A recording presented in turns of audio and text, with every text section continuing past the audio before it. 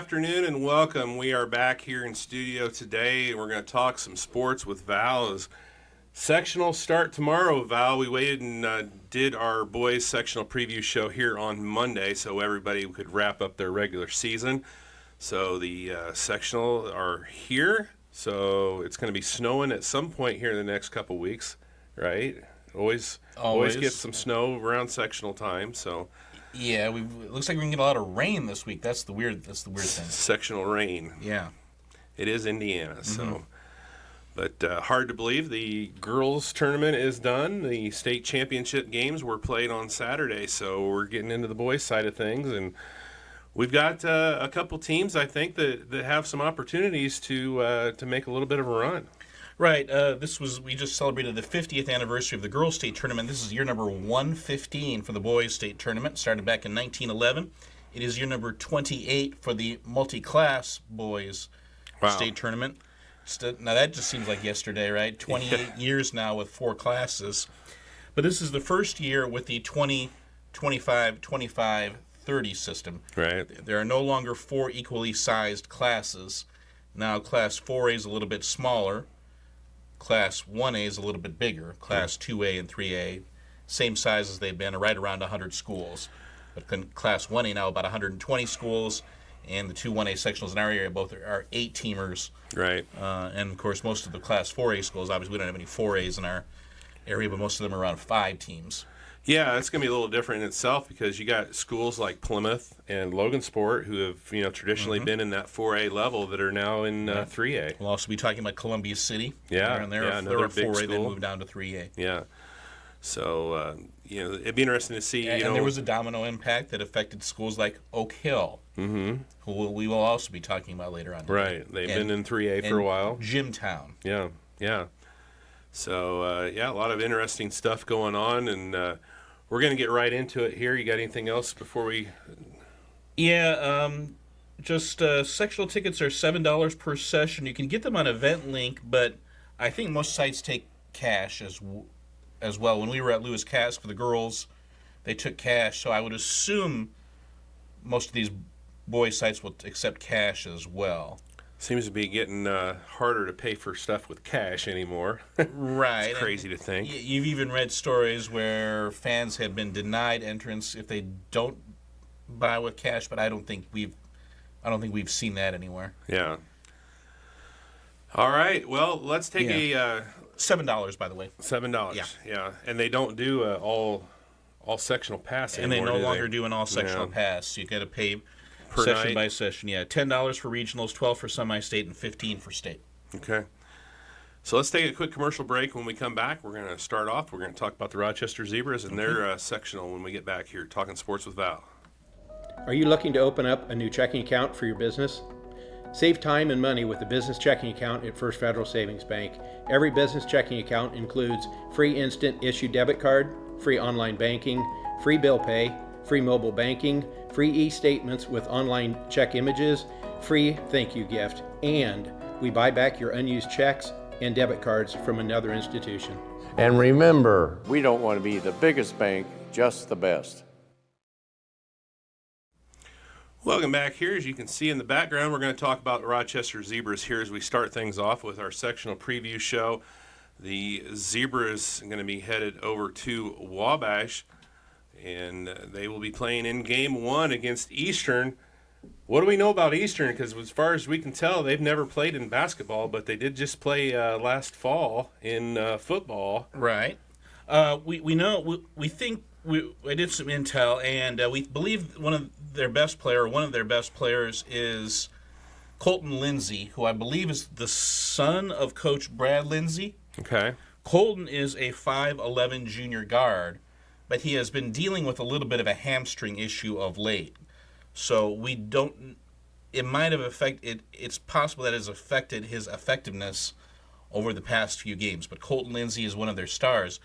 They also have 3 seniors we all figure that they will start. Kyan Hanna, Kyan, Kyan is his first name, Hanna. He is a 6-foot junior guard, and he had 5 steals the other night against Carroll. We imagine that if they play man, that he'll get the defensive assignment on Drew Bowers. And then they have a 6'3" senior forward named Perry Kokensparger, Kochensparger. I think it's how you say it, Kokensparger. Okay. He is 6'3", and he is kind of, it sounds like from what I've read that he does a lot for their team what Owen Prater does for the Zebras, except he's 3 inches taller. Okay. And then there's Will Brown, and you will not miss Will Brown on the court because he's 6'9". Oh, wow. Yeah, and he is their center, and he is a senior, 6'9", 240. Ooh. Yeah, so he is going to be a big obstacle for a Zebra team that, I mean, they have Xavier Vance, who's 6'5", but they don't have anybody in the neighborhood of 6'9". Right. Eastern 10-12 on the year. In my opinion, they do not have a win over a team as good as Rochester. Okay. Another thing to note is that Rochester played 6 Class 3A opponents during the regular season. Eastern only played 1. Really? And that one was Northwestern, but they only lost to Northwestern by 3. Okay. Rochester lost to Northwestern by 12. Right. So keep that in mind. Rochester 16-5 on the year, 6-3 in the TRC. It's funny, the Rochester girls went 16-6 and 6-3. The boys went 16-5, 6-3. Yeah. But they did it in completely different ways. The Rochester girls averaged, 40, 41 points a game, and the Rochester boys averaged 59 a game. Mm-hmm. But Rochester, their scoring average is basically the same as it was last year when they won 10 games, but the key is their defense. The defensive scoring average went down from down to 48 this year. I think it actually went up to around 49 or 50 after the Mechanical game, but still about 6 points a game lower than it was last year, even after a rough game against Mechanical the other night. Rochester with 34 sectional titles all time, most recently in 2021. The top 3 scorers, Drew Bowers at 16.9, Tanner Reinertz at 11.8, and Owen Prater at 7.9. If you had told me before the season that Owen Prater would average only 7.9 points a game, I don't think I would have guessed they'd win 16 games. Mm-hmm. But other guys have stepped up. Because remember, Owen averaged around 11 last year. Yeah. Down to 7.9 this year. But again, kids like Jonas Kaiser, Bryce Bauger have stepped up. Carson Pollock has stepped up at times. And they've had more balanced scoring this year, especially those 3, 4, 5, and 6 scores. Rochester with 3 wins over teams with winning records, Winnemac, Bremen, and Caston. In my opinion, their best win, again, the best win and worst loss, we do this is just our opinion. Best win was at Bremen, especially because Drew Bowers was injured for most of that game, and yet they still beat a Bremen team that was playing really well at the end of the year on their home floor by 4. Worst loss, I have Northwestern. They lost by 12 at home to Northwestern. I think even Coach Malco was kind of disappointed about that game because that kind of it was key to kind of ending their TRC chances. Record versus other teams in the sectional, 2-1. They have a win over Wabash. They have a win over Lewis Cass, but the one loss was to Manchester. And of those 3 teams, the one team in their half of the bracket is Manchester. So yeah, that's why That's why you could argue that they didn't get the greatest draw. Manchester's the only ranked team in the sectional. They're ranked number 3.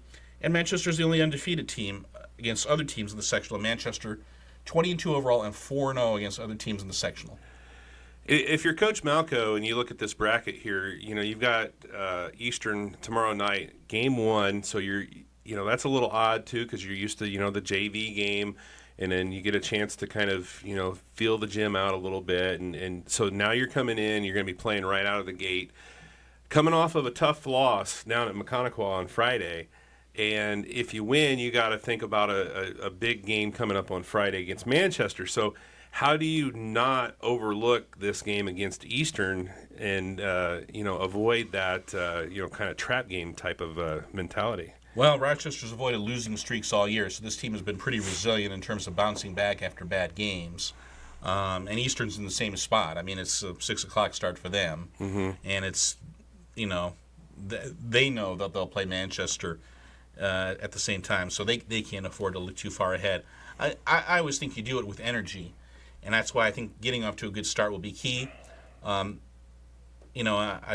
saw an interview with Coach Lindsay where he talked about he goes, Rochester's going to press us and trap us right off the bat. We've got to be ready for that. And I mean they had some issues with turnovers against Carroll, so it's these guards, Lindsay and Hannah. A lot's going to be on their plate. They've got to get the ball past half court, and they've got to be able to score a little bit from themselves and also set up Kokensparger and Brown. The IHSA does not seed sectional brackets, but if they did, it would probably look like this. It would probably look like that because Your 1 and 2 teams sitting there with byes. So,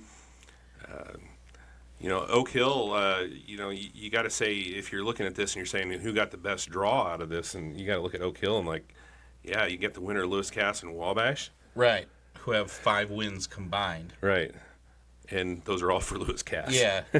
Wabash, that's another thing, with Wabash. They competed very hard, but, just could not find a win. I mean, you go from semi-state qualifiers to not even getting a win the next year. Talk about graduating a good senior class. Yeah. It was odd. I mean, I knew that we knew this would be a rebuilding year, though I think we were a little bit shocked that they went 0-22. But I mean, having said that, there were a lot of close games, but also having said that, they lost by 44 to Peru. I was surprised that that game got out of hand, and I'm wondering if Wabash is now dealing with some injuries, or maybe their daubers down kind of after a long year. Yeah. All right. What other thoughts on the Rochester Zebras here before we move on?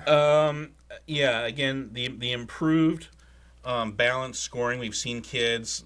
The junior class have taken a stride this year, from Carson Pollock and Grant Clark, and Jonas Kaiser got off to a little bit of a slow start, but he's been a lot better since about Christmas. Yeah. And Jonas, maybe can't call him Big Game Joe. Yeah. I mean, he comes out for the big games. Manchester, McConaughey, both, really tough teams. His best games of the year. I think you'd have to argue the McConaughey game on Friday was the best game of his career. Mm-hmm. I mean, he was awesome in that game. Yeah. And he just was able to finish around the basket. He's gotten a lot better at that. But against Manchester, he showed he could shoot the 3 too. I mean, he is a tough cover, and I'll be interested to see how Eastern goes about covering him. And then Xavier Vance got a lot better at the end of the year. He was able to finish around the basket those last couple of games of the season. I'm not sure the Zebras win at Logansport. That was one of their better wins of the year without X. He played. So he's been coming on quite a bit, and then. We talked about Logansport and Plymouth, both Zebra wins. Yeah. Got wins against both those teams this year. Beat both of those teams for the first time, I think, since the 08-09 season. Rochester has scored 60 or more points in 9 of their last 10 games against an Eastern team that allows 56. I mean, this does not figure to be a low-scoring game. But again, I think it's going to come down to whether Eastern can handle Rochester's pressure and prevent the easy baskets for guys like Bowers and Bogger. One thing I saw Coach Lindsay doing in interviews saying our transition defense is going to be really big in this game. All right, should be a good one. We'll have the coverage for you starting around 5:30 tomorrow. You and Randy will be on the air. I'll be there with the production crew doing the video, and looking forward to a good game there. We'll follow the Zebras as long as they keep going. Brad Lindsay, a really interesting story. He was the coach, coached at Westfield and some other schools, and then took. We saw Chris Kiesling take about a 6-year break from coaching. Brad Lindsay took a 20-year break from coaching. Really? He is Dr. Brad Lindsay. He got a doctorate in education. He was the superintendent of schools at Marion. Okay. So you get very deep into school administration. Yeah. And now he came back to Eastern. This is his 3rd year there. Got back into coaching. Got the bug. Yeah. All right. Good luck. We'll follow the Zebras, like we said, as long as they stay alive. So we'll be there tomorrow night starting at about 5:30. Yeah. We'll take a quick break. We'll come back, and we'll talk about the Argus Dragons here in just a moment. Talking sports with Val. RTC Fiber Communications knows the internet is evolving, taking new twists and turns. As we add our input, make our choices, and follow the light that connects us all, it's quite a journey, one to experience with the fastest speeds available. And with a variety of plans to select from, you'll be on your way in no time. Contact RTC Fiber Communications, connect to the internet speed that suits your journey, and enjoy the ride. Welcome back here as we talk sports with Val. We're going to move on and talk some Argus Dragons here as they finish their regular season with a 4-18 mark, 2-6 in the first year of the since they joined the Hoosier North Athletic Conference. Unfortunately, they've lost 9 of the last 10, and their sectional opponent has already beat them once this year in Trinity Greenlawn, winning that game 49-56 back in December. take a look at the bracket here. Is the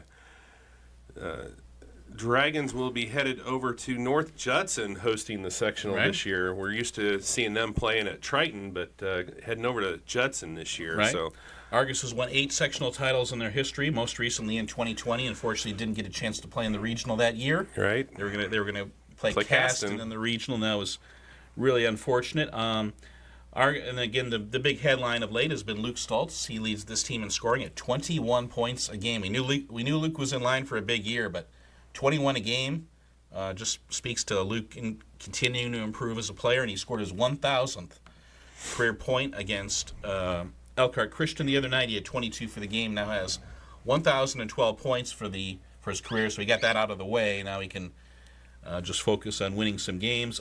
The other top scorers, Zane Helms averaging 9.5 a game.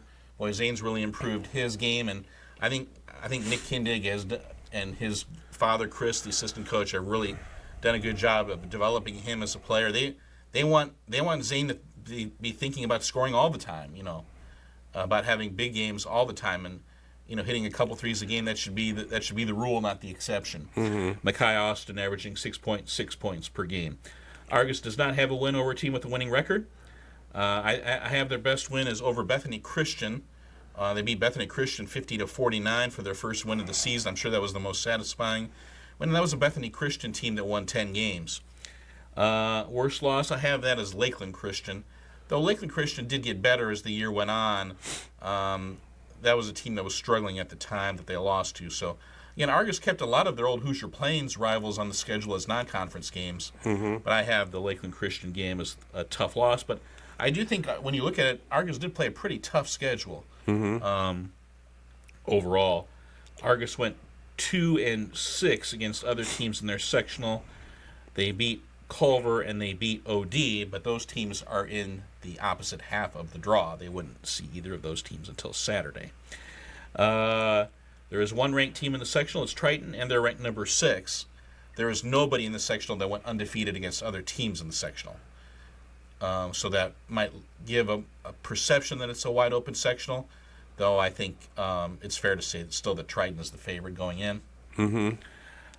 And as you mentioned, Argus lost to Trinity Greenlawn 56-49 earlier in the year, but that's a Trinity Greenlawn team that has basically been in the top 2 or 3 in defensive scoring average all year. Their defensive average is around 35, 36, but Argus scored 49 against them in that game. The only problem is they allowed 56. Yeah. So, it's certainly going to be a winnable game for Argus, but they're going to defense has been something of an issue at times. We've seen, Stoltz has been kind of the rim protector as well, but they've been giving up too many points at times this year. Obi Salary is a guy who you might see come off the bench as kind of a defensive energizer, but again, they have been playing. They can play some zone. The other key is can they win close games? Argus finished the year losing their last 3 games all in overtime. Yeah. An overtime loss to North Judson at home, an overtime loss at Jimtown, and then an overtime loss at home to Elkhart Christian. Yeah. Only once in the last 25 seasons has Argus played as many as 3 overtime games in a season. Right. And they played them 3 in a row. Yeah. And they lost them all. So where's their confidence level at if they can pull out one of these close games? If they can pull out a close one against Trinity Greenlawn, that might set them off. Yeah, if you look at this bracket, you got South Central and Judson that'll play the winner of that Argus Trinity game. Neither one of those teams just having, stellar seasons. Judson obviously not as good as they were last year. So if you can get by Trinity, then you got to look at that as you got a chance against either South Central or North Judson. I mean, the biggest thing I think for Argus is where can you get some scoring besides from Luke Stoltz? Yeah. I mean, it's just a matter of, you've got to have some other kids step up and hit some big shots. Right, and Zane Helms he's much higher up on opposing team scouting reports, and he's just not going to get wide open looks. You can't. Now Argus is a tough team to play man against because Stoltz is such a tough cover. But if you play zone against them, that's where Helms and Austin can take advantage. And Mackay Austin had two big three-pointers in the fourth quarter to help them against Elkhart Christian the other night as they kind of made a little bit of a comeback. It was a strange game. I mean, they held Elkhart Christian scoreless in the second quarter of that game, but then they allowed like 20 in the third quarter. Yeah. So it's just kind of a head scratcher of a team. They've been inconsistent. They've been getting a little bit better, but can they pull out a close game? Again, Kenyon Belden, he doesn't score much, but he's key to this team with his ball handling. He's definitely a pass-first point guard and kind of an old-school point guard, and he wants to set up his teammates. He's gotten better at it. Yeah. And Matt Calhoun is another guy who's really made some progress, and so I think this speaks well. This is spoken really well at times for Argus and their player development, given who they graduated last year. Yeah. You lose a Sean Richard And I've seen stranger things happen. I remember back my senior year in Argus, they won 4 or 5 games that year. They didn't have a really good year, and they took Warsaw to the wire, almost beating them at Warsaw in the sectional game. So, you never know. You always talk about, when you start the sectionals, you're all 0-0. Yeah. All you got to do is win one. 3 coaches in the sectional have won a sectional before in their career. Coach Hibbert at Elkhart Christian, of course, Coach Groves at Triton, he's won 9. Mm-hmm. And, of course, Coach Cheesem at North Judson, they're the defending regional champion. But I think, if there's a sleeper team, it's South Central. South Central coached by Matty Bush. He is, as many of you know, his father, Matt Bush, was a great coach. As well, this is Matty Bush, who was a great player at Morgan Township, and they have 11 wins at South Central this year. Nice improvement for that team. Yeah. They could beat North Judson, even though the game's at Judson's home floor. Yeah. Usually when you think South Central, you're thinking about the girls' basketball team, not necessarily the boys' team, but the boys' team this year is doing pretty good. So. Yeah, they made quite a jump. Mm-hmm. But again, Argus with Stoll. I mean, who's the best player in this sectional? You could certainly argue it's Luke Stoltz. Yeah. He's the best player in this sectional. Yeah. It's a couple of the Triton kids might argue with you. A couple of Triton kids would, yes, they might argue. But he'd be in that argument. Yeah. Yeah. Yeah. So, it should be interesting there. They're going to be playing in game number 1 over at North Judson on Wednesday. Right, that'll be a 6:30 p.m. Eastern start. Yeah, since it's back in Central Time. Yes. So instead of 6, they split that and start at 6:30 and 8 o'clock, I think, for the second game. Yes. Is what they normally shoot for those. So, All right. Any other thoughts on the Dragons before we move on? Yeah, just Nick Kindig you can see what it can. It's interesting. I've known Nick for so long. I mean, as I've known Nick since he was 14 years old, and I mean he is a fierce competitor. Yeah. And I think he's transmitting that onto his players, and they're getting better, but it just hasn't shown up in the win-loss record. But now as they all say, now they're all 0-0. Yeah. Here's a chance if you can win a close game and learn from your experiences in those close games. Let's see where they're at. Yeah. Yep. All right. Dragons will be taking on Trinity on Wednesday at 6:30 p.m. at North Judson. Good luck to the Argus Dragons. We'll take a quick break, come back, and we'll talk some Cast and Comets here in our next segment, Talking Sports with Val. Are you ready to take your home's comfort to the next level? The Insulation Guys can evaluate your attic, walls, basement, and crawl space to determine where insulation can be added or upgraded. Our expert team delivers high-quality insulation solutions, not only improving your home's comfort, but also lowering your energy bills. Call us today for a free quote at 574-223-3626 or visit us online at www.theinsulationguys.net.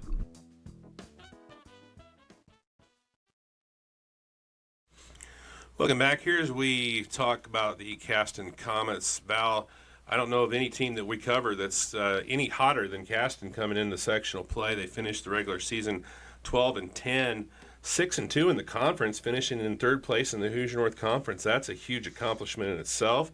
And they won their last 6 games, 4 of those games on the road. Yeah. I mean, you talk about a team that's coming in smoking hot. We saw their final game on Thursday night over at North Miami.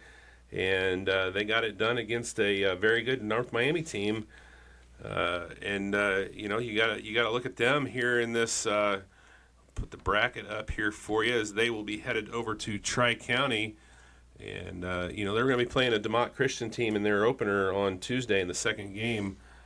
But But DeMont has a 9-14 record, but they've got a pretty good player of their own. Yeah, Bose, who's a very, very good player. But DeMont Christian lost to Winnemac 54-28 in their last regular season game. And I didn't see Bose in the box score because we get box scores from Winnemac, and I did not see his name in there. So is he battling an injury, or did they hold him out for why didn't he not play? We don't know that. We don't cover DeMont Christian very closely. So it's interesting. There are two coaches in this sectional who have won a sectional previously. Carl Davis is one, and the DeMont Christian coach is the other. And they drew each other right off the bat. Okay. Of course, this is a weird sectional because there are two defending sectional champions in the sectional. Right. Of course, there are some that have 0, but this one has 2, DeMont Christian and Tri-County. Caston 12-10 overall, 6-2 in the Hoosier North, as you mentioned, Steve. 8 sectional titles, most recently in 2021. Lost to Triton in double overtime in the regional semifinal that year. Leading scorer, it's a freshman, Logan Mollenkoff, 13.9. Then Lane Hook at 13.3. Yeah. And then the third leading scorer, Reed Summers, at 6.8. But again, even if you set out to stop Mollenkoff and Hook, I mean, Summers can score. You saw Carson Harness can shoot. Gavin Mollenkoff had 14 against North Miami the other night, and he is, he gets kind of all the garbage buckets and all the dirty work buckets, but he's capable of finishing around the rim. Reed Summers' command of the offense and control of this offense has been tremendous this year. Yeah. I mean, he has come so far from game 1 till the end of the season. And, the other one that really impressed me against North Miami was Drew McGrew. Yeah, he really, I mean, he is a tough-nosed kid, and he's not afraid to stick it in there and get after it with the big dogs. Right.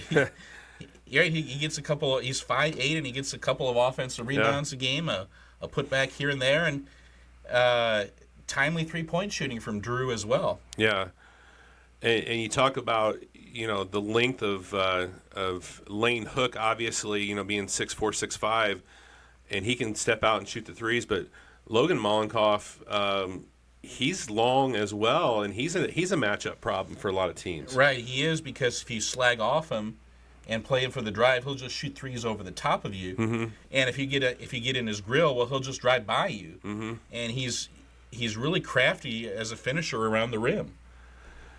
I have Caston with 2 wins over teams with winning records, Delphi and Pioneer. Mm-hmm. Best win, I went back and forth with this. I went with Delphi. Delphi won 15 games, and Caston beat them by 13 points. Beat them 63-50. And, in fact, they were down at halftime in that game. And the second half of that game was just outstanding basketball that Caston played in that game. Worst loss, Caston really doesn't have any truly bad losses. I put Winnemac just because they were ahead going into the fourth quarter in that game. Okay. And just got smoked 21-4 in the fourth quarter. That was a head-scratcher. Records against other teams in the sectional, 2-2. But both of the wins were against teams in the other half of the bracket, North White and Pioneer.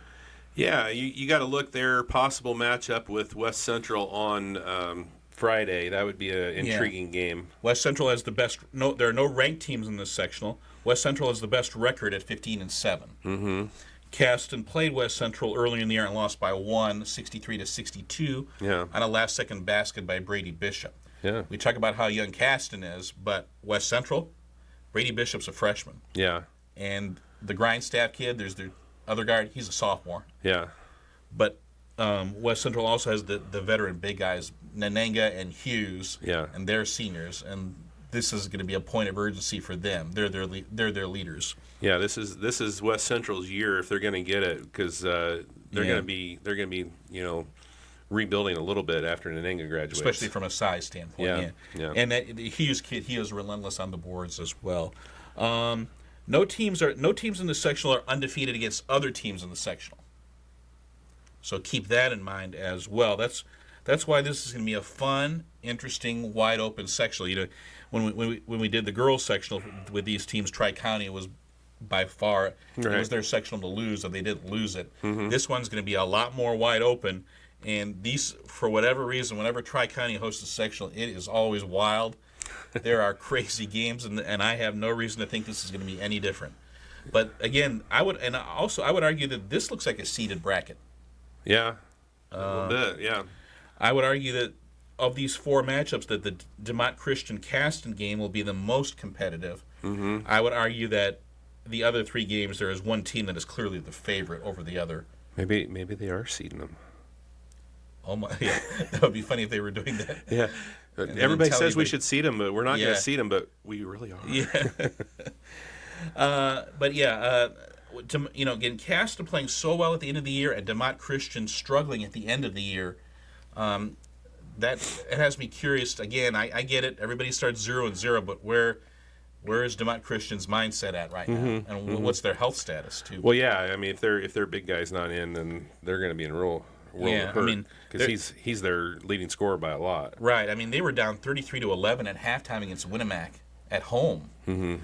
So this is where's their mindset at? But again, Caston, this is a team that they have kids as young as they are. They have kids who are not afraid of the big moment. Mm-hmm. Yeah. Yeah, it's crazy. You think about it. Gavin Mollenkoff, they've got two seniors that play spotty minutes here or there, but Gavin Mollenkoff, a junior, and then the rest of them are sophomores and freshmen. Yeah. And they sure don't play like freshmen, especially Logan Mollenkoff. He does not play like a freshman. Right. And think about those last two baskets against North Miami, the three-pointer by Hook and the three-pointer by Harness. Yeah. Who had the assist on both of them? Yeah. Summers, yeah. I mean, he is so smart in those crunch time moments. He knows exactly what to do with. Well, yeah, and Coach Davis in the postgame was talking about, he's like, it wasn't going, that last play was not going the way it was supposed to go, but he said I saw Reed had a lane, and I trusted Reed to make sure that he made the right decision, and he did. He kicked it out. Right. And what a moment for Carson Harness to get his first points of the game. Yeah. Big three to win the game. So, and he's another one. It's just going to get better and better as the years go on. Right. And meanwhile, and there was the seniors at North Miami who struggled a little bit at the end. I mean, that goes to show you how tough these Caston kids are. Yeah. All right. Any other thoughts on the comments? Again, a West Central Caston matchup on Friday night would be absolutely. I mean, the first game was as entertaining a game as I saw this year. That 63-62 game. I mean, both teams just getting after it, and both teams like to play fast. So West Central, I mean, they play unconscious at times. A West Central Caston game would be a lot of fun. But could Caston go through a 3-game week and pull it out? I mean, somebody's going to have to maybe reach back for something extra to win this sectional. Yeah, they're going to be getting kicked off on tomorrow night in game number 2 against DeMott Christian. Blair and his crew will be over there covering that, and they will be there all week. As long as Caston's there, they'll be there. And they'll be following the Comets. So good luck to Coach Davis and his crew as they look to see if they can make their way through that sectional there at Tri-County. So still odd calling that one sectional 50. It was 52 for so long. Yeah. And now all of a sudden it's sectional 50, which is typically our Triton and Culver and Oregon Davis and that sectional. So still getting used to that as the new alignments came out. So we'll take another quick break here. We'll come back. We'll talk some Culver Cavaliers here in our next segment. Thanks to the generous donors, the Fulton County Community Foundation has given over $19 million in grants and scholarships to our local communities. Grants received at the Community Foundation help families send their children to preschool, provide transportation, fund scholarships, local community events, and so much more. Call 574-223-2227 or visit nicf.org to see how your donation can benefit your community.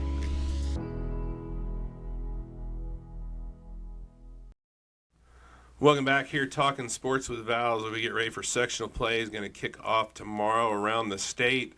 And let's talk a little Culver Cavaliers. A rough season for Coach Mawson in his first year at Culver, finishing at 2-20, finishing in 9th place at 0-8 in the conference. Yeah, the Hoosier North was a perfect stepladder. Triton went 8-0, Winnemac 7-1, Caston 6-2, Pioneer 5-3.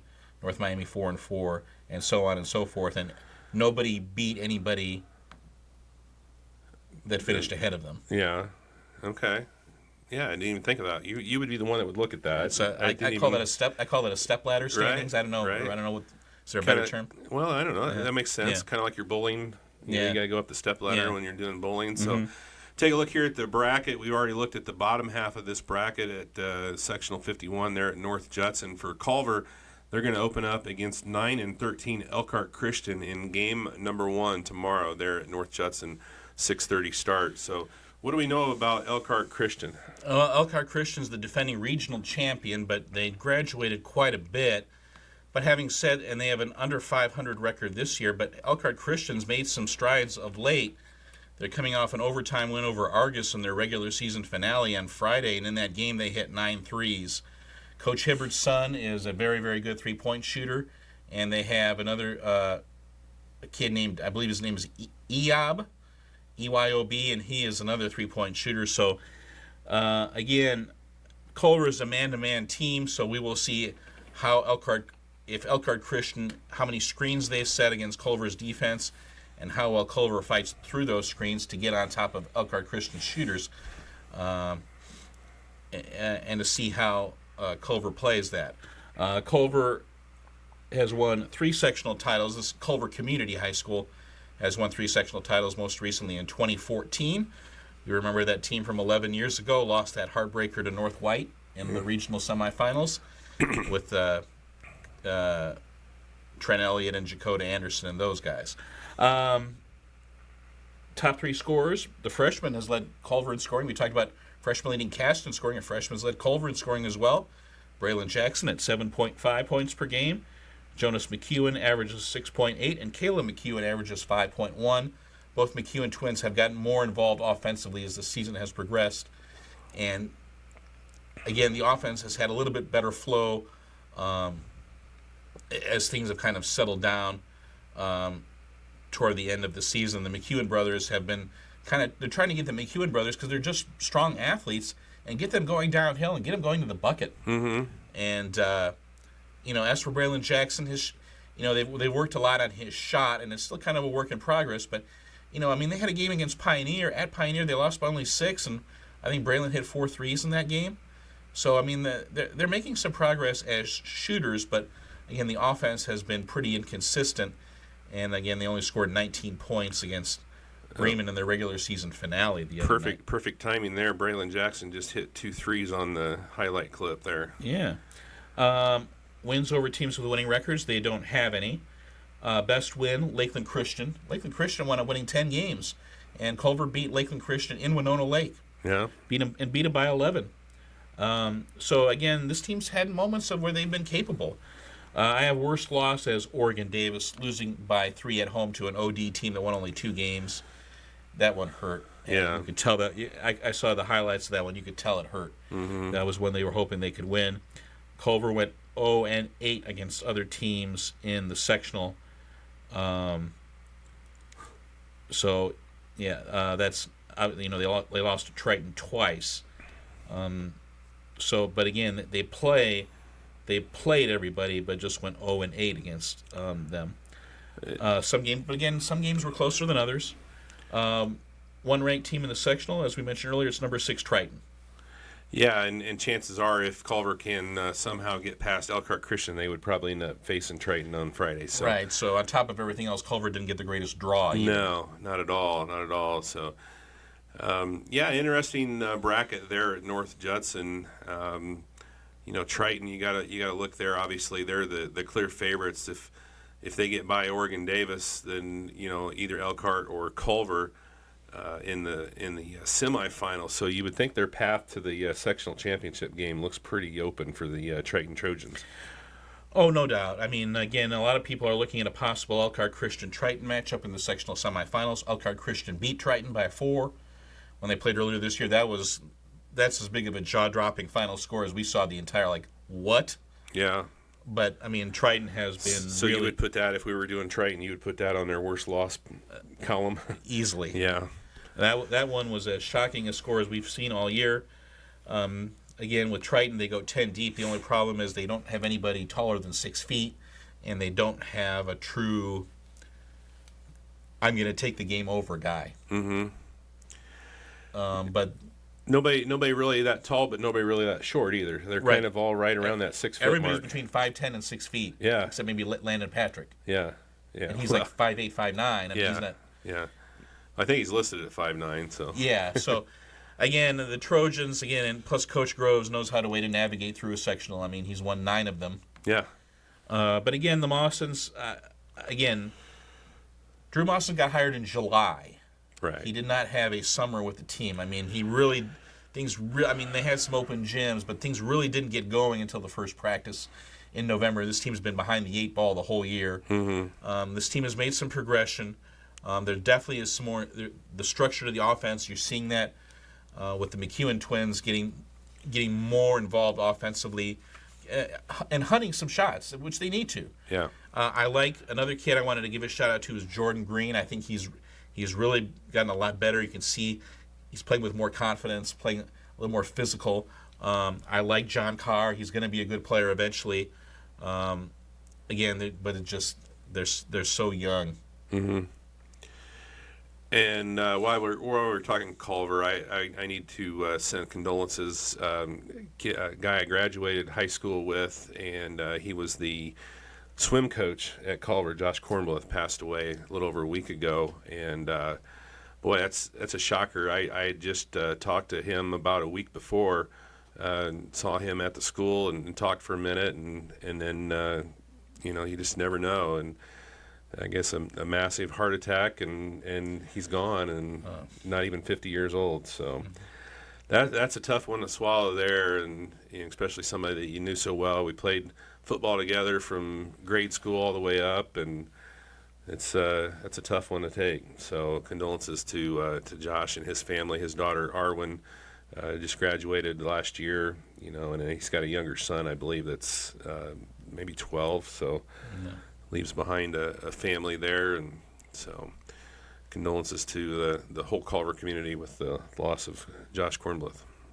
So, all right, any other thoughts on Culver here before we move on? Yeah, again, just the Mawsons and how they do things. I think this is just your patience will be rewarded eventually. Yeah. And again, I think Drew's in it for the long term. This is where his family's got a lot of family in Marshall County. Mm-hmm. Renovated gym, renovated weight room, renovated coach's office. The facilities you can win it. You can win at Culver. Yeah.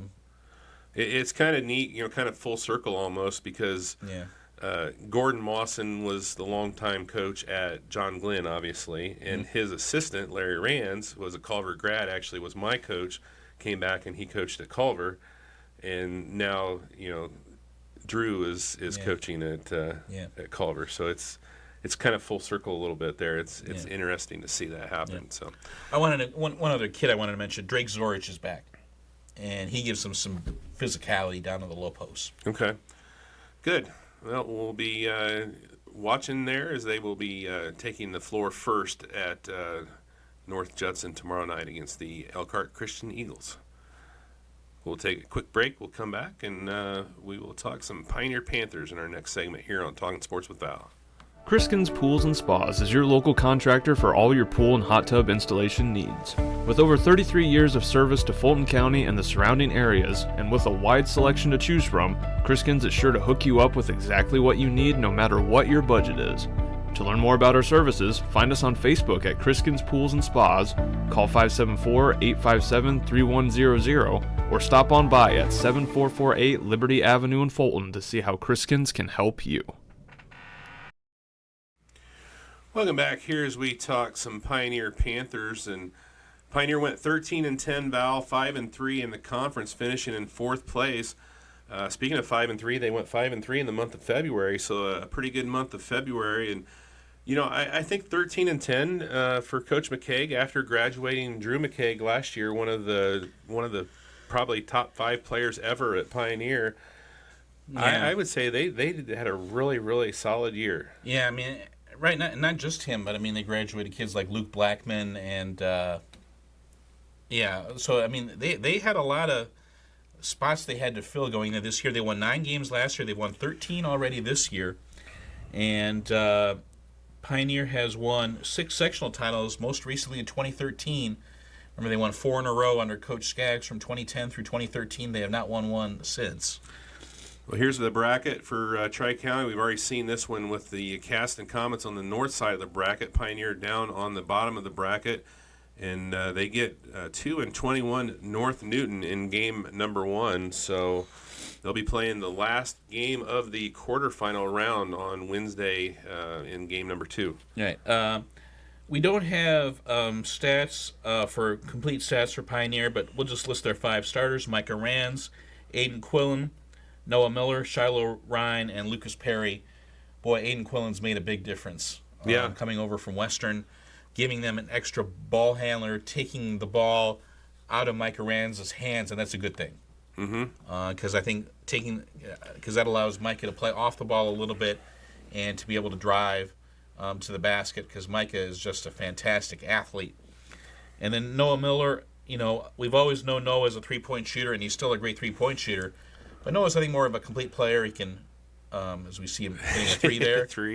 He's really increased his rebounding as well. Noah has been big on the boards, and he's somebody you can trust at all times. And Shiloh Ryan is a guy who's, 6 feet, maybe 6'1", but he's strong enough that he can finish around the bucket, and that's something that has really been good because it's taken some weight off Lucas Perry's shoulders. Yeah, Shiloh really plays bigger than he is. Yeah. He's athletic. He can get off the ground. And, there's Noah again, as you say, hitting another 3. But, another one that I've really been impressed with there, number 31, Philip McFatridge. He's come along, just a freshman. We saw him out on the football field. He was their kicker and played, I think, DB for him. And he's another kid that's plays a lot bigger than he is. Right. And, the interesting thing about Pioneer is that Coach McKegg's not afraid to use his bench. They'll go 8 or 9 deep. We'll see. He goes 10, 11 deep sometimes. Yeah. I mean, Lucas Collins has had some, a lot of nice moments as well. So again, if somebody's not on, he'll go to. He's not afraid to go to the bench. And what's interesting is Pioneer plays what I would, a disciplined brand of basketball. They do their zone, but they do it really well, and they don't take bad shots. They usually control the pace of the game. So again, I think this year's been a really pleasant surprise. I think this team's got really good chemistry, and I think they're very much a threat to break that 12-year drought on Saturday night. Yeah, and you see, obviously you mentioned Quillen, but I think the combo of Rands and Quillen, it makes them very hard to be pressured. Because you've got 2 just outstanding ball handlers that, it makes it hard for an opposing team to put a lot of pressure on them. Right, and I have their best win. Wins over teams with winning records. They've got 13 wins, but only one of them was over a team with a winning record. That was that win over West Central. That is their best win, in my opinion, beating West Central in Francisville. Their worst loss, Knox. I have that. Knox went 4-18, but one of those wins was against Pioneer. Yeah.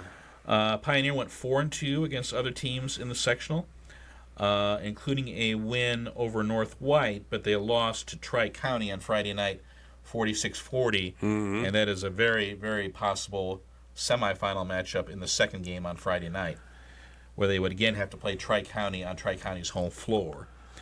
There are no ranked teams in this sectional. We mentioned West Central having the best record at 15-7. Nobody went undefeated against other teams in the sectional. And again, as we said about when we were talking about Caston, it sure looks like West Central, Tri-County, Pioneer, and Caston are the 4 favorites. For these Tuesday and Wednesday games. To get on to Friday. It certainly looks like a West Central Caston first game and a Tri-County Pioneer second game on Friday. Certainly looks like what's going to happen. If it's not that, it would take a pretty big upset in any one of those 4 games to have happen. But again, Caston's style of play, it can be, Pioneer style of play can be really frustrating to play against because their zone defense is just it's airtight. I mean, there are not many openings against it, and you get the ball in the lane, and that middle guy is right on top of you. So, I will be curious to see how they do and if they can put together a run here.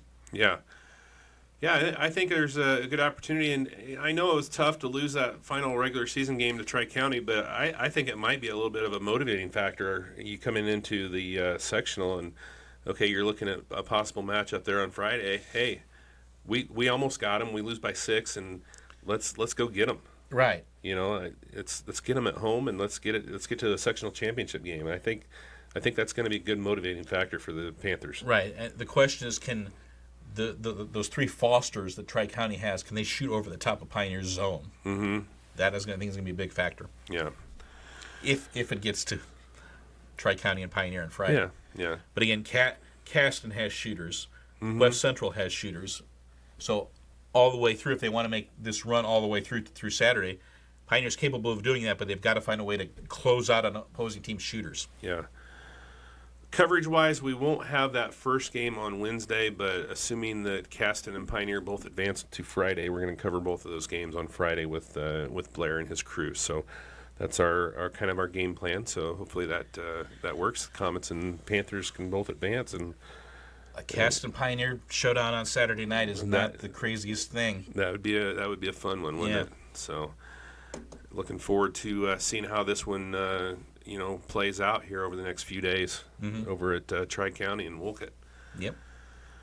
All right. Anything else on the Panthers? That's all. All right. We'll take another quick break here. When we come back, we're going to talk some Tippecanoe Valley Vikings here on Talking Sports with Val. Rochester Ford is your go-to for quality vehicles and automotive repairs. With our vast selection of vehicles to choose from, we're sure to put you behind the wheel of your dream car without compromising your bank account. And with every vehicle we sell, we offer a free lifetime oil change policy to be sure that your ride stays in tip-top shape even after you leave our lot.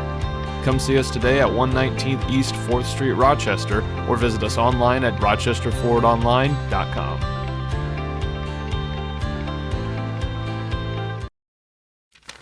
Welcome back here, Talking Sports with Val, as we get ready for sectionals going to be starting across the state here tomorrow. Tippecanoe Valley, Val, had a spectacular season, 18-5 on the year, 5-0 in the first year in the new Indiana Northern State Conference. Won that one easily, I guess you would say. Coming in, winning 12 of their last 13. The only loss was at Warsaw. A game they led until halfway through the fourth quarter. Yeah, and they've got some wins. I tell you, they've got wins against Kokomo and at South Bend, Washington in their last few games. So those are some pretty good wins there for Coach Luce and his boys. And they're going to be headed over to take on, let's get the bracket up here for you on this one. Valley headed to Northwood for their sectional. Yeah. Take a look at the bracket. They've got West Noble in game 1 on Tuesday. Yeah, the boys' bracket looks almost like the girls' bracket did. Yeah. Valley drew West Noble in the girls' bracket. Northwood drew Columbia City on Tuesday night in the girls' bracket. Wawasee and Fairfield both got buys on the girls' bracket. They both got buys on the boys' bracket. The only thing is they kind of flip-flopped. Wawasee. Wawasee will play the Valley West Noble winner, and Fairfield will get the Northwood Columbia City winner. Yeah. Valley has won 10 sectional titles in school history, most recently in 2019. That seems like a long time for Valley fans. I'm sure they are anxious to put up another banner. Top 3 scorers, Ian Cooksey at 15.1, Stephen Akasi at 13, and Blaine Sheets at 8.4, the third leading scorer on this team. Mm-hmm. Wins over teams with winning records. They have 10. 10 of their 18. Yeah. The other 6 schools in our coverage area have 9 combined. I mean, yeah, the crazy thing, you talk about 18-5, but their schedule has got to be the hardest schedule of any team we cover. Absolutely, there's no doubt about that. Yeah. And it's even one of the toughest schedules Valley has ever had. Yeah.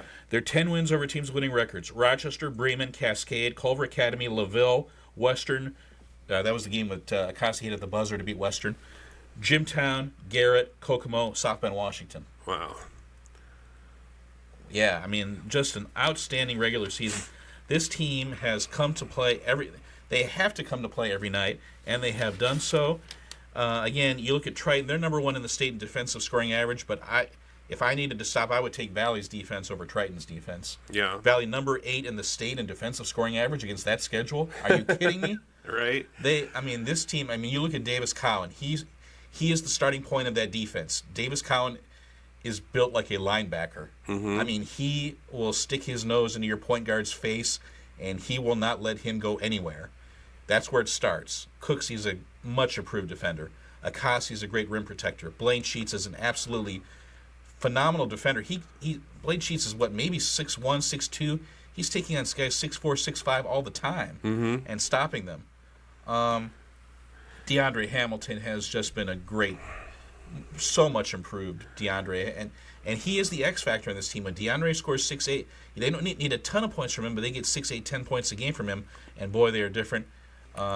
Is that Cooksey hitting a 3 there?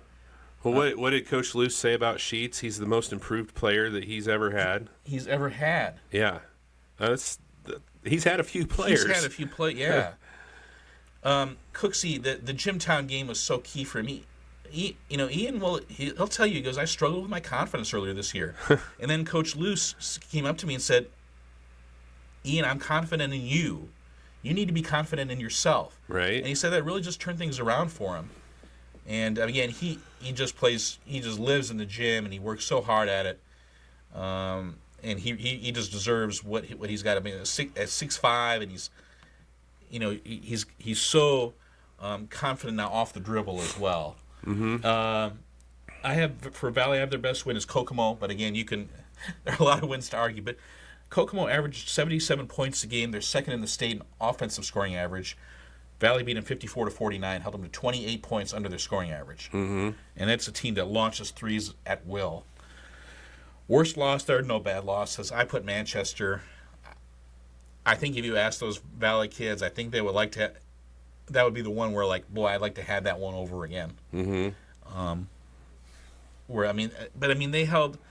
held down Benton, and that Benton averaged 26 a game. They held them to 15.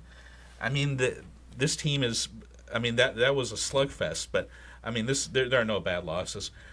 Record against other teams in the sectional. This is the interesting one. Valley is 0-0 against other teams in the sectional. They haven't played anybody, which is very weird. But again, they changed sectionals. There's nobody in their current sectional who was in their sectional the last cycle.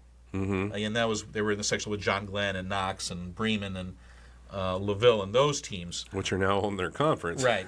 Which are now in their conference, and now they moved back to basically their old sectional, right? With Wawasee and West Noble and Northwood and those teams, and now you got Fairfield's in there. Now Columbia City is in there. There's one ranked team in the sectional. That's Northwood. They're ranked number 11, and they're 19-4. Northwood doesn't have any bad losses either. The last 5 times Northwood has hosted the sectional, they have won the sectional. Northwood has not lost a sectional game at the Panther Pit since 2009. Wow. And Northwood went 4-0 against other teams in the sectional. They beat everybody in the sectional except for Valley, who they didn't play. Right. You know, the Columbia City game, Northwood and Columbia City, it's going to be an interesting game there on Tuesday. I mean, 14-9 Columbia City, I think that they can give Northwood a little bit of a run. I think they can. We've heard that one of the Everingham twins from Northwood might be injured and might be out. He definitely missed a game. I think this is Maddox Everingham. Okay. Is out. So, again, once the Everingham twins moved from Wawasee to Northwood, that kind of changed the balance of power in this sectional. But if one of them is injured, it might tilt back the other way. But again, Columbia City, they face a ton of 4A teams. Yeah. But Northwood played a brutal schedule as well. So, I mean... and you look at the winner of that game, you know, Fairfield's no easy win either. Right. Coach Garber is now the coach of the Fairfield boys. He won a state championship with the Fairfield girls a couple of years ago. One of the great players in Fairfield history. Did lose quite a bit to graduation last year. But again, you look at Valley's draw, they should be favored against West Noble, and if they win that game, they should be favored against Wawasee. Yeah. Lou Lefevre, a great coach at Wawasee, but having trouble kind of getting his program going there. And you talk about Northwood being the only ranked team in that sectional. That's kind of amazing in itself that Valley has not gotten any kind of recognition in the polls at 18-5. Not a vote of recognition all year. Yeah, that's and I think people are not looking closely enough at their resume. And you know, even their loss down to that tournament in Switzerland County was to Hauser. Hauser's a top 5 team in 1A. There are a lot of people think that Hauser will be at Cambridge in a couple of weeks. I mean, there are no bad losses on this Valley schedule. I mean, Hauser, Warsaw, Manchester, at Fort Wayne Southside, at Homestead. Yeah. No bad losses. Right. Yeah, I mean they took Homestead to the wire there in the opener. Yeah. At Homestead. Right. I mean, Homestead. You can argue Homestead and Southside are the two best teams of Fort Wayne. Mm-hmm. I mean, Fort Wayne would maybe have something to say about that, but yeah, that's a Fort Wayne Southside team that's a really good team too. Yeah, I mean, I could see Valley playing on Saturday night, and I could see Valley getting an opportunity to cut some nets down. Right. Again, Valley only plays 6 guys, and with their style of play, I mean, that's a grueling style of play they play against. Mm-hmm. Can they make it through 3 games in 5 days? Yeah. Again, the schedule was stacked that way when they had that week where they played North Miami, Jimtown, and Garrett. Right. Coach Luce wanted it to be like a sectional week. Like, okay, you won this game. Now can you win this game? Yeah. Garrett won 18 games. They had to play Garrett on a Saturday at 3:30 after they had played Jimtown the night before and pulled that one out. Yeah. So, yeah. I would say they passed the, They regular passed, season test. They passed the test, yeah. Yeah, for sure. Mm-hmm. So, yeah, I mean, we're looking forward to seeing how that one goes there for the Vikings over at Northwood. Again, they'll be tipping off in game number 1 tomorrow night against West Noble, followed by Northfield and Columbia City. So it should be a good evening for basketball there at Northwood. Yeah, absolutely. All right, any other thoughts on the Vikings? Nope, DeAndre Hamilton wanted to give him another shot. He's really improved this year, and their number of games they wouldn't have won without DeAndre. Yeah, and from what I've heard, they're younger kids. I mean, they're not going to be dropping off too much anytime soon. Right. Owen Omandi and William Malott have been they've given the team exactly what they've needed. And again, talking with Ian Cooksey, is that our chemistry is through the roof. Yeah. Or off the roof, I think is what he said. Off the roof. Yeah. All right, let's take another quick break. When we come back, we're going to talk some Winnemac Warriors here on Talking Sports with Val. Tidewater Executive Tax Service strives to help clients maintain financial viability while taking a proactive approach to future goals. We take time to understand our clients' individual needs and provide consistent, high-quality services to ensure the best possible financial outcome. To learn more, visit us online at www.tidewater-tax.com or call us at 574-367-7366.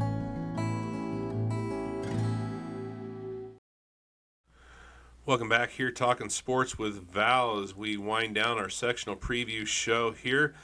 And let's talk a little Winnemac Warriors. Val, the Warriors had quietly put together a very good season, 14-8, finishing at 7-1 in the Hoosier North, second place to only behind Triton in conference play. And boy, they got a nice little draw here to start off sectional play as well. As we look at this, if Career Academy in game 1, a little bit tougher game possibly in game number 2. Bremen, obviously, Mr. Devine has had a pretty good year. Bremen, a formidable opponent for Winnemac if they make it to Friday. Right. Again, I think a lot of people have, with all due respect to South Bend Career Academy, went 1-20. 21. 1-21 on the year. Obviously, Winnemac would be favored in that game. So a Bremen-Winnemac game would be interesting, and I think the big theme of this sectional is Winnemac is not in the INSC. There are 4 teams in this sectional who are in the INSC. Do they have any kind of advantage? Mm-hmm. Winnemac is a 2A school in a 1A conference. Everybody else in the Hoosier North is 1A. Mm-hmm. So did Winnemac's schedule prepare them for the postseason? Right. That is the big question that I think we'll find out. I don't think we'll necessarily find it out on Tuesday, but I think we'll find it out on Friday. Right. And, assuming they win on Tuesday. And, Jimtown's not right next door to Winnemac either. Right. I mean, that's going to be a haul, and you got to go up there 3 times possibly. So three trips possibly. Yeah, I know. Yeah. Winnemac has won 21 sectional titles in their history, most recently in 2015. So it's been 10 years now. What's interesting about this sectional is nobody in this sectional. We talk about defending champions, whatever. Nobody in this sectional has won a sectional title since 2020, when LaVille won one. And then Winnemac won one in 2015. But everybody has gone at least a decade since.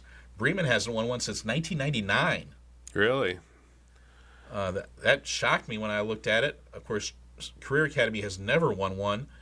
Jimtown has not won one since 2004. And they are at home.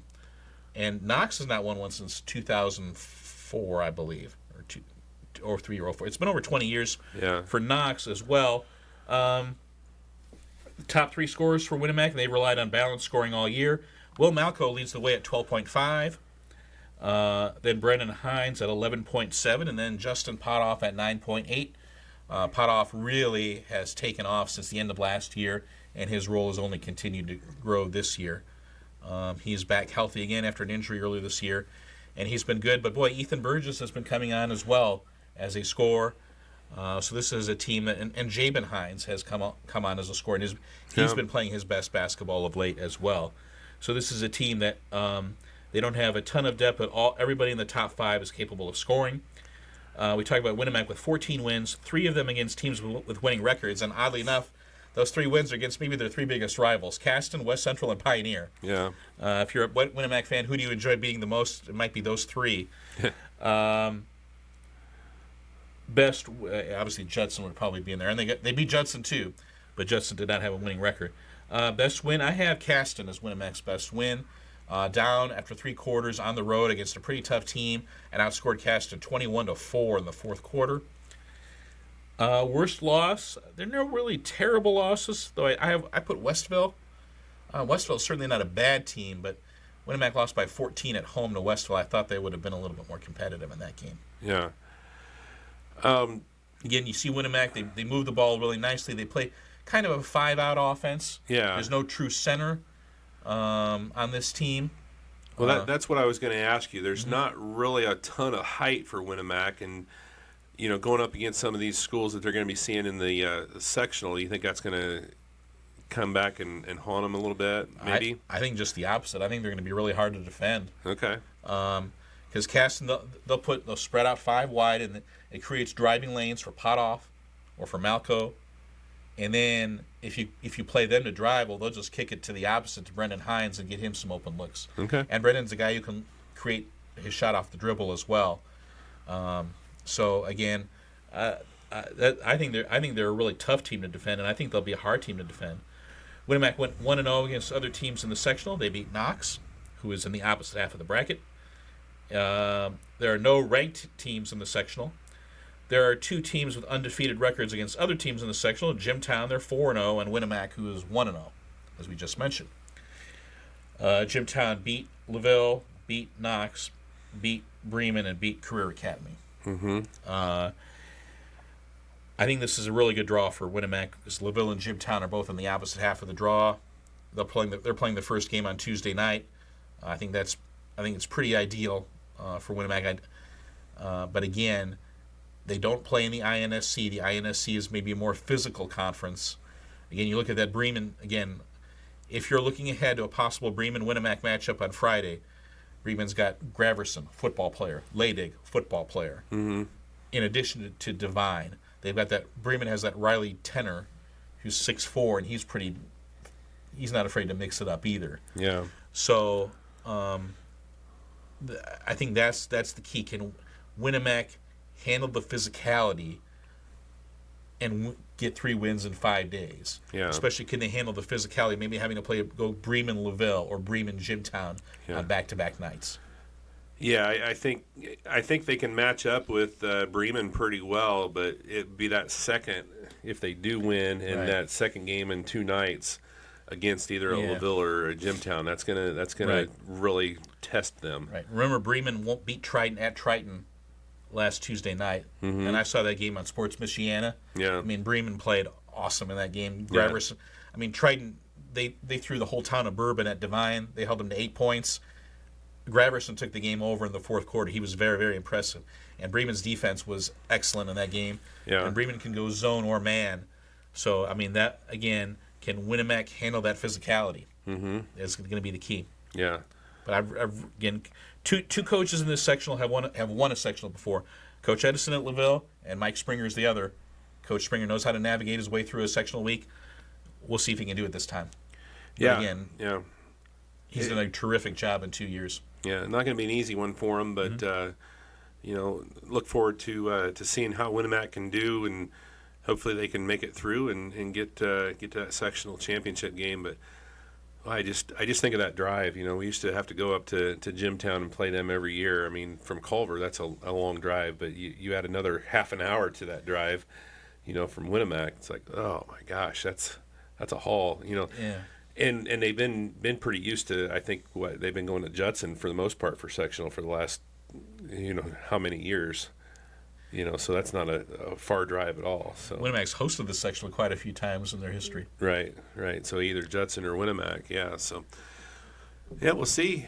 Should be interesting there, and that LaVille Jimtown game. Yeah, get there early on Tuesday night. Yeah, don't skip that one. Zarnecki of LaVille might be the best player in the sectional, but I imagine Mr. King and Mr. Fay from Jimtown will both have a say in that as well. They might beg to differ. Yeah.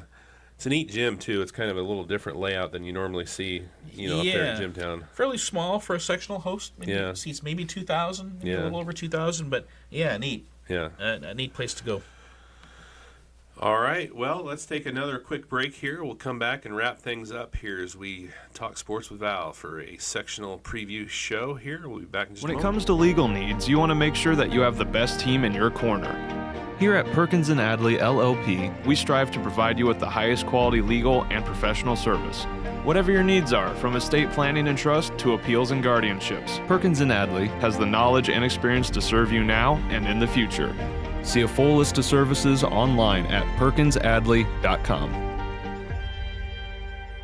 All right, welcome back here as we wrap things up. I think we've covered pretty much everything we needed to cover. We talked about all 7 of our teams, and there's sectional matchups and possible semifinal and hopefully some championship game matchups as well. So I think we got through everything pretty well. You have any final thoughts here on sectional action year number? What'd you say? 113? 115. 115 for the boys. And you're number 28 with the multiple classes. Yeah.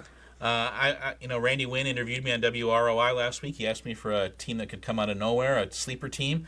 I said North Miami in Class 1A Sectional 55. I think they've got a chance, so keep an eye on them. I think they've got a pretty favorable draw, and against the schedule that they played, I think they're really well suited. I think they might have the best player in their sectional in Jake Riley. I think 1A North altogether is going to be just a wide open. We're going to be like, did you see who won that sectional? Yeah. It could be that type of week. I mean, Clinton Prairie looks really strong. Triton looks really strong, but the 1A North looks pretty wide open. Mm-hmm. And I wouldn't even say Clinton Prairie is a shoe-in. I mean, they're in the same sectional with Carroll. Yeah. Carroll's done really well this year. Yeah, they've been ranked pretty much most of the year. Right. So we're gonna. I think we're gonna have last year's sectional week was tremendous. We had all kinds of ups. If you remember last year, all kinds of buzzer beaters, upsets, overtime games. I think we're gonna have another week like that this year. Yeah. Yeah, I think, of our teams, I think we have one or two that have a pretty good possibility of maybe cutting some nets down on Saturday night. Right. We haven't had a team, again, as I listed, when the last time everybody won a sectional was, nobody's won one in 4 years. Mm-hmm. We're due. Yeah. Yeah, that darn 2020, I mean, that was just tough. We had 3 teams win sectionals that year, and Argus and Caston were going to play each other in the regional, and Rochester was going to be playing Luke Brown, and that just darn COVID thing, and looking back on it, it's even worse. But it is what it is. But boy, that was a rough one to swallow there. Yeah. But yeah, we're looking forward to it. We'll have coverage over at Wabash of the Rochester Zebras. We'll have some coverage over at Tri-County of Caston and Pioneer. And then we'll fill in the gaps as we can if things happen and we if Rochester doesn't move on, or if Caston and Pioneer don't move on, we'll try and adjust and maybe make a trip to Northwood or something, see what happens later in the week. So we're gonna do our best to cover as much of it as we can. Obviously, it's just hard to be everywhere at once. So all right.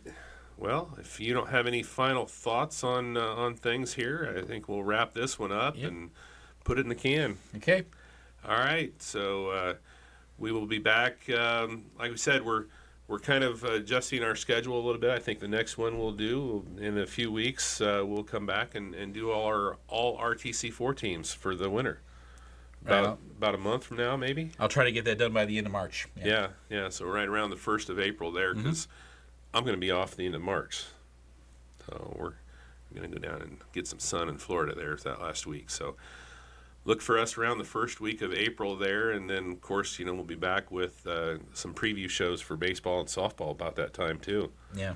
So we'll get busy again here as the spring sports will kick off. So tune in this week and catch all of the action on RTC4 as the boys go for some sectional championships. Thanks for tuning in, everybody.